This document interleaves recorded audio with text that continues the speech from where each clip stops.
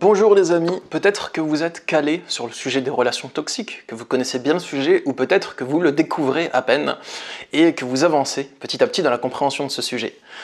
Comme vous le savez peut-être, une relation d'emprise, c'est une relation de pouvoir. Donc il y a quelqu'un qui va avoir une sorte de pouvoir sur vous. C'est pas forcément du pouvoir au niveau du travail ou financier, ça peut être simplement une relation d'ascendant psychologique, une relation d'autorité.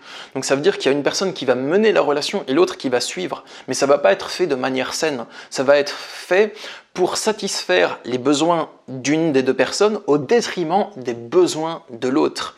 Et pire que ça, l'emprise, c'est comme si vous avez l'impression que l'autre personne s'implante petit à petit dans votre psychologie, dans votre esprit, et en prend le contrôle. De sorte qu'à certains moments, vous allez remarquer que cette relation, peut-être vous allez finir par remarquer que cette relation est néfaste pour vous. Vous allez vouloir prendre vos distances avec l'autre, mais déjà l'autre ne va pas vous laisser faire, il va utiliser différents moyens pour vous faire de la pression et vous amener à revenir, mais de plus, vous voulez vous en sortir, mais c'est comme s'il y a un mélange de peur, de culpabilité, de manque et d'obsession qui va vous ramener en permanence vers l'autre. Donc vous allez être intérieurement déchiré, un conflit intérieur. J'ai fait des vidéos sur les conflits intérieurs, donc n'hésitez pas à checker ça. J'en ai aussi fait une sur la chaîne d'Oranda, l'audace d'être soi, où je parle du conflit intérieur. Donc vous pouvez regarder sur la chaîne d'Oranda aussi, donc elle fait aussi des bonnes vidéos sur l'emprise, si ça vous intéresse. Je mets la miniature à l'écran, il y a le lien dans la description pour la vidéo. Mais bref, pour en revenir à la vidéo d'aujourd'hui, si vous connaissez un peu les relations d'emprise, vous pouvez voir que les relations d'emprise, le plus dur c'est d'en sortir, mais quelque chose qui est difficile aussi, c'est d'en prendre conscience. Souvent on peut prendre conscience qu'on vit une relation d'emprise lorsque celle-ci est déjà bien installée et lorsqu'on a déjà galéré pendant la relation et qu'on en souffre beaucoup. Mais ce qui est vraiment le plus dur, c'est de repérer une relation d'emprise dès le début de la relation et que dès le début, on arrive à identifier une nouvelle emprise s'installe avant même qu'elle ait commencé à faire des dégâts et que vous deviez en sortir. Donc dans cette vidéo, j'ai listé 10 signes qui reviennent le plus couramment dans ce que je peux observer des relations d'emprise dès le début pour que vous puissiez les repérer.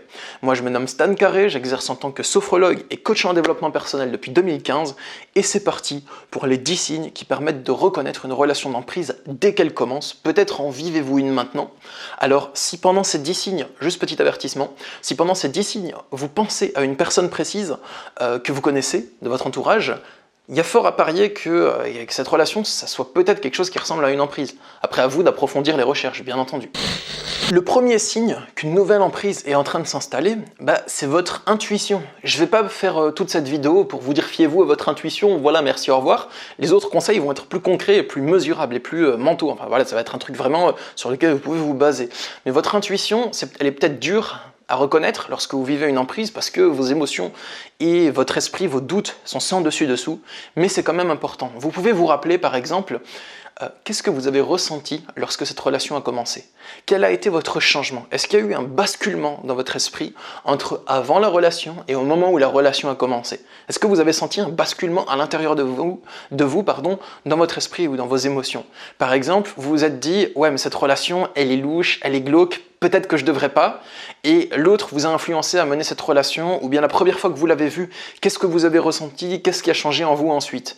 S'il y a eu des signes qui vous disaient alerte, attention, même un petit signe, voilà, c'est déjà un signe. Maintenant, on va voir les prochains signes, parce que c'est pas juste un signe qui fait qu'une emprise s'installe, c'est la somme de plusieurs des signes que je vais vous partager. Deuxième signe, c'est que chaque fois que vous voulez prendre une décision qui va dans le sens de votre bien-être, genre vous voulez faire quelque chose qui vous plaît, qui vous inspire, chaque fois que vous avez envie de faire quelque chose pour vous, de vous dire oui à vous-même, vous avez une part de culpabilité ou de peur de ce que l'autre va penser si vous faites ce choix. Est-ce qu'il va être jaloux? Est-ce qu'il va se sentir abandonné? Est-ce qu'il va me faire des reproches? Est-ce que ce que je fais c'est mal? Et ainsi de suite. Mais toujours en rapport avec la même personne, comme si cette personne, mine de rien, elle restreint un petit peu vos libertés. Troisièmement, vous vous écartez de certaines personnes de votre entourage, mais pas n'importe lesquelles. Des personnes qui ont jusque-là toujours été positives pour vous. C'est comme si cette relation, elle vous influençait à prendre vos distances de manière plus ou moins directement, qu'elles vous influencent de manière plus ou moins directe, à prendre vos distances avec les personnes qui ont été positives jusque-là dans votre vie. Quatrièmement, vous avez une nouvelle relation dans votre vie, ou peut-être que l'emprise elle est là depuis longtemps, mais si c'est une nouvelle emprise, c'est une nouvelle relation dans votre vie, soit c'est une ancienne relation qui d'un coup prend plein de place, soit c'est une nouvelle personne que vous venez de rencontrer, ça peut être une emprise au niveau familial, amical, couple, bien entendu, et cette nouvelle relation, elle est passée de pas beaucoup de place à d'un coup, elle prend toute la place dans votre esprit et beaucoup de votre temps. Ah, et je pourrais aussi ajouter que vous n'êtes plus le même ou la même en présence de l'autre personne. Comme si vous vous sentiez plus libre lorsque cette personne n'était pas dans les parages ou ne vous observait pas. Et comme si, lorsque cette personne était présente, vous vous sentez moins libre et vous vous bridez intérieurement. Peut-être pas au début de la relation, mais plus la relation avance, plus ce phénomène se produit. Cinquième signe, vous vous remettez beaucoup en question en lien avec cette relation. Vous vous remettez beaucoup en question. Peut-être que c'est moi le problème, peut-être que je devrais changer ça, peut-être que je devrais pas penser ainsi, peut-être que je devrais réfléchir différemment, et ainsi de suite. Et petit à petit, cette remise en question, ça vous détruit de l'intérieur. C'est pas une remise en question qui vous permet d'évoluer, de grandir intérieurement et d'avancer, mais plus vous vous remettez en question, plus vous vous sentez instable et moins fort intérieurement. Instable, je veux pas dire tordu, je veux dire que vous avez l'impression que vous êtes moins dans votre force, dans votre grandeur, mais que vous êtes plus dans votre fragilité en fait. Et si vous souhaitez reconnaître les relations d'emprise, j'ai mon livre Pervers narcissique, l'identifier, le fuir, se reconstruire, aux éditions Améthyste. Il est disponible en librairie, en Fnac, sur mon site, voilà, partout, sur Amazon aussi. Et c'est un manuel qui vous permet de reconnaître les personnes qui créent des relations d'emprise, donc les personnes qui ont un comportement type pervers narcissique, comprendre leur fonctionnement, de contre-manipuler et d'avoir des techniques et des stratégies de contre-manipulation, de fuir et justement de vous reconstruire intérieurement. Il y a le lien dans la description pour le choper si ça vous intéresse d'ailleurs. Le sixième signe, c'est que vous faites des choix de vie qui sont dictés par cette personne depuis que vous la connaissez et qu'elle influence vos choix de vie. Et au départ, vous ne souhaitiez pas faire ces choix de vie, c'est des choix que vous n'aviez pas envie de faire et cette personne vous a influencé à prendre ces décisions. Septièmement, une nouvelle émotion apparaît.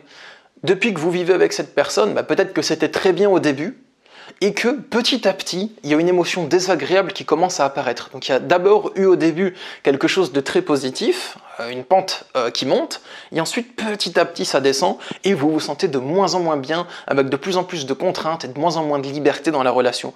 Donc au départ, vous avez l'impression que cette relation, ça vous donne plus de liberté, et après que ça vous les enlève et les reprend petit à petit.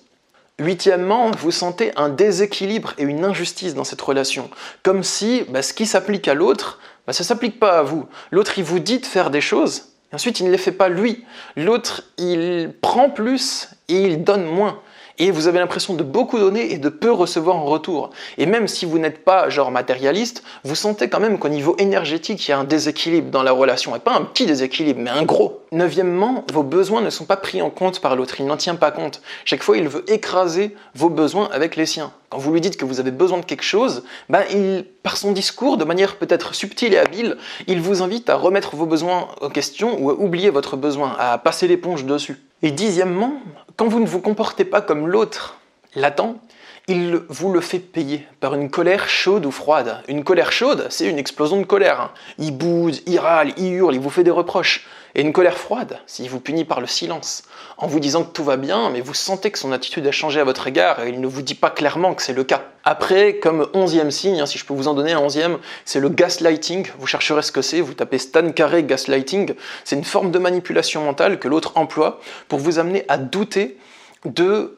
vous-même, pour vous amener à douter de votre mémoire, à douter de la manière dont vous réagissez à une situation, vous doutez de vos souvenirs, vous remettez en question tout en fait, et vous écoutez les paroles de l'autre, et plus vous subissez du gaslighting, moins vous avez de repères intérieurs et plus vous vous sentez fragile intérieurement. C'est une sorte de manipulation qui vise à vous désorienter petit à petit. La personne va vous expliquer comment vous devriez penser, comment vous devriez vous comporter, comment vous devriez réagir à telle ou telle situation. Il va vous expliquer que vous vous trompez et que vos souvenirs sont faux, et ainsi de suite.